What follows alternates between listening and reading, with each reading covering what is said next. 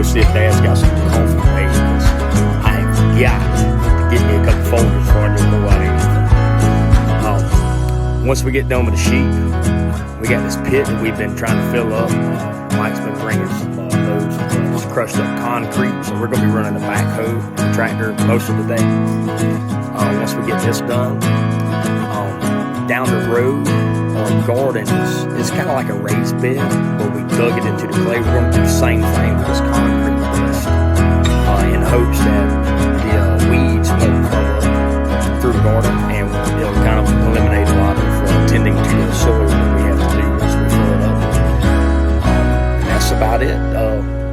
We'll get our day started, get going, see what happens.